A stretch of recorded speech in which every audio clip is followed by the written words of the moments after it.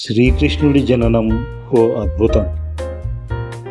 దేవకి వసుదేవులకు 8వ బిడ్డ బహుళపక్షం అష్టమి రోజున పిడుగులతో వర్షం పడుతున్నప్పుడు జన్మనిస్తుంది దేవకి. ఆ బిడ్డే శ్రీకృష్ణుడిగా యశోద వద్ద పెరుగుతాడు.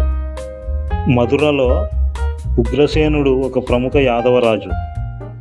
ఉగ్రసేన మహారాజు వృద్ధుడు కావడం వలన అతని కొడుకు కంసుడు తన తండ్రిని కారాగారంలో పెట్టి కంసుడు రాజ్యాన్ని పరిపాలిస్తుంటాడు.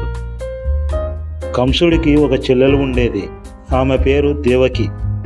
దేవకి అంటే తన అన్న కంసునికి అమితమైన ప్రేమ. కంసుడు తన చెల్లెలు దేవకిని వసుదేవునికి ఇచ్చి వివాహం జరిపిస్తాడు. అనంతరం అత్తారింటికి సాగనంపే సమయంలో చెల్లెలి కడుపులో 8వ సంతానంగా పుట్టే కుమారుడు కంసుని అంతమొందిస్తాడని ఆకాశవాణి చెప్తుంది. దీంతో ఆగ్రహానికి గురైన కంసుడు తన చెల్లెలు దేవకిని బావ వసుదేవులను కర్మాగారంలో బంధించి వారికి పుట్టిన బిడ్డలను పురిట్లోనే చంపేస్తుంటాడు. అలా 7 బిడ్డలను చంపేస్తాడు కంసుడు. దేవకి 8వసారి గర్భం దాలుస్తుంది. ఈసారి పుట్టబోయే బిడ్డ తనను హతమారుస్తాడని కంసునికి ముందుగానే తెలుసు కాబట్టి కర్మాగారం వద్ద భద్రతను మరింత పటిష్టం చేస్తాడు.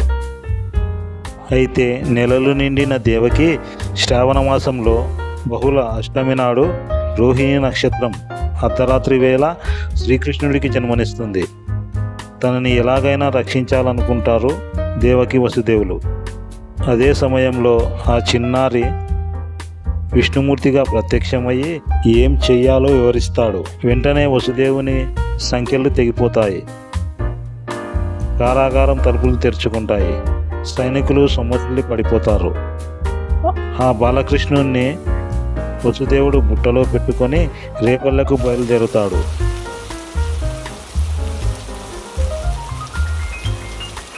అప్పుడు దారిలో కుండపోతగా వర్షం కురుస్తుంది. శ్రీకృష్ణునిపై వర్షం పడకుండా ఆదిశేషుడు పడగలా మారి గొడుగు పడతాడు. వసుదేవుడు యమునా నది దాటుకుంటూ వెళ్ళి రేపల్లె చేరుకుంటాడు. అక్కడ యాదవరాజైన నందుని భార్య యశోద ఆడపిల్లకు జన్మనిస్తుంది. అది గమనించిన వసుదేవుడు కన్నయ్యను యశోద పక్కన పడుకోబెట్టి ఆడపిల్లను తీసుకొని తిరిగి కారాగారానికి వెళ్తాడు. అప్పుడు సంఖ్యలు వాటికవే పడతాయి. భటులు మేల్కొంటారు. పసిబిడ్డ ఏడుపులు విని కంసునికి సమాచారం చేరవేస్తారు. ఆకాశవాణి చెప్పిన ప్రకారం మగబిడ్డ పుట్టాలి కానీ ఆడపిల్ల పుట్టిందని, తన వల్ల కంసుడికి ఎలాంటి ప్రమాదం ఉండదని దేవకి ఎంత బ్రతిమాలినా కంసుడు పట్టించుకోకుండా చంపడానికి ప్రయత్నిస్తాడు. అప్పుడు ఆ పాప యోగ మాయగా మారి కంసునికి దొరకకుండా పైకి ఎగిరి నిన్ను చంపేవాడు పుట్టాడు, రేపల్లెలో పెరుగుతున్నాడు అని చెప్పి మాయమవుతుంది. మరోవైపు రేపల్లెలో నందుని ఇంట మగబిడ్డ జన్మించటంతో రేపల్లెలో పెద్ద ఉత్సవం జరిపిస్తారు. అదే గోకులాష్టమిగా ప్రసిద్ధికెక్కింది. Thanks for watching.